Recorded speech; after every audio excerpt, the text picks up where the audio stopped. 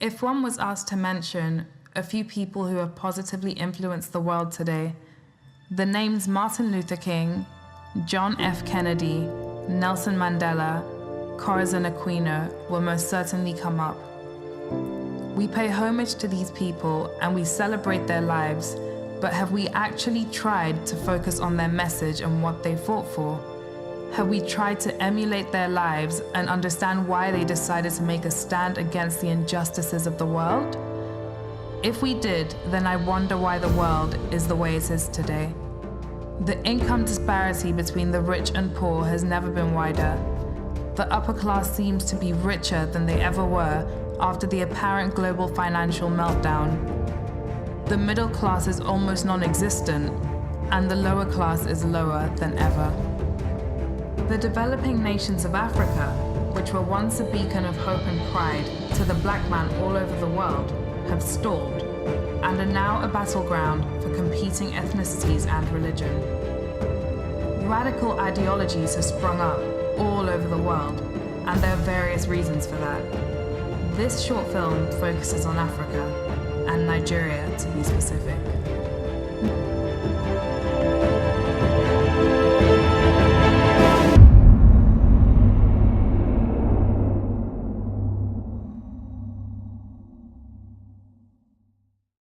Nigeria is a country of 521 languages, with a population of 175 million people approximately. This makes us the most populous black nation and Africa's largest democracy. It is the largest exporter of crude oil in Africa. The movie industry, Nollywood, is the second largest film industry in the world in a number of annual film productions. The music industry is said to be the largest in Africa. These are factors that have contributed to it being the largest economy in Africa, with a GDP of over $500 billion. It is beyond comprehension how a country with such vast natural resources and large human capital has individuals who live on less than $1 a day. GDP per capita is $2,800, which is 73% lower than the world average of $10,200. Inflation is 12.2%, and estimates show that 70% of the population is below the poverty line. We have the fourth highest number of poor people in the world, and the highest paid legislators in the world. The percentage of children in full-time education, as well as life expectancy, is significantly below the average for sub-Saharan Africa. The failings of the refineries in the country oblige the country to import petrol, kerosene, and fuel. The NNPC is the only major producing company that sells 100% of its crude oil to private traders, rather than marketing itself and benefiting from the resulting added value. This is as a result of corruption.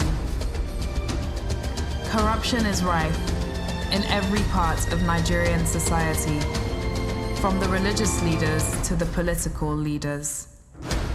There is a mindset that grips all Nigerians. We all want to make money at all costs, even if it is at the detriment of the nation. Decades of impunity and the misuse of power has created a mentality that thinks can't change. Who is to blame for such a dire situation? Why have the masses not taken to the streets to pull the country to a standstill? The smell of revolution always lingers, but fear has always been a factor. We are too scared to stand up for what is right. We have families to feed, and we all want the better things in life.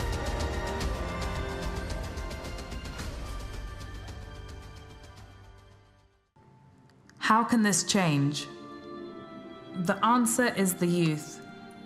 The youth represent a significant portion of the population and are generally more open to social change and political transformation, since they may have less interest in maintaining the status quo. The youth and students in particular have championed the need for change in Nigeria since our independence. It is the Nigerian students' historical responsibility to resist oppression, misrule, and bad governance. Prominent schools in the colonial period, such as King's College, Yaba Technical College, University College Ibadan, resisted colonial policies which led to accelerated decolonization.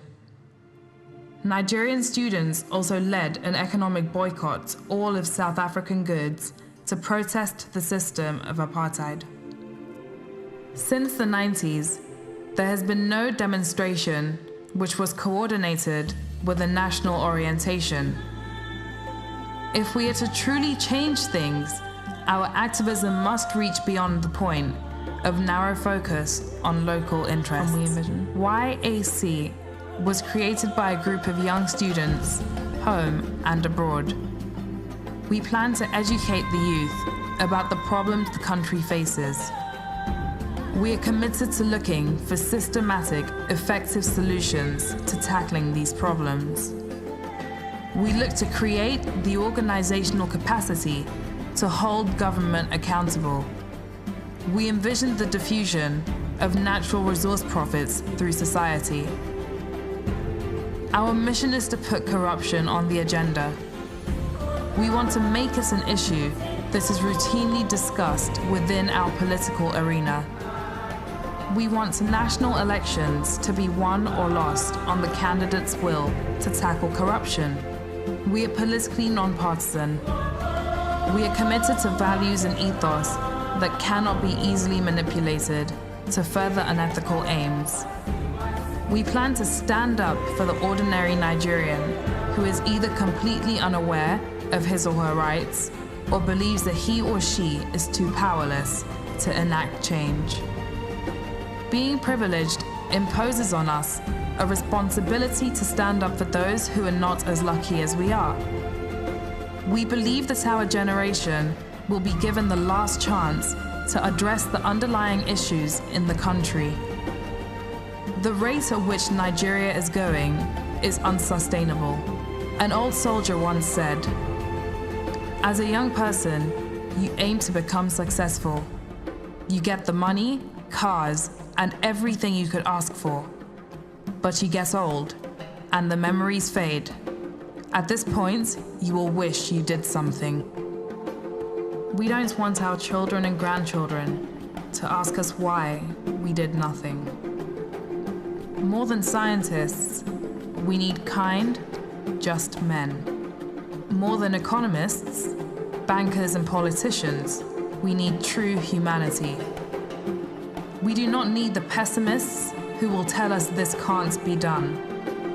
John F. Kennedy once said that the problems of the world can't possibly be solved by skeptics and cynics whose horizons are limited by the obvious realities. We need men who can dream of things that never were. We need dreamers who will strive to make Nigeria what it should be, rather than accepting what it is. We need to be idealistic in our thoughts. We need to steer clear of the short-sighted and narrow-minded. We need to embrace the positive aspects of Nigeria and use them as tools to solve the underlying issues. There is no problem Nigeria faces today which cannot be surmounted by the gifts God has bestowed on us. God bless Nigeria.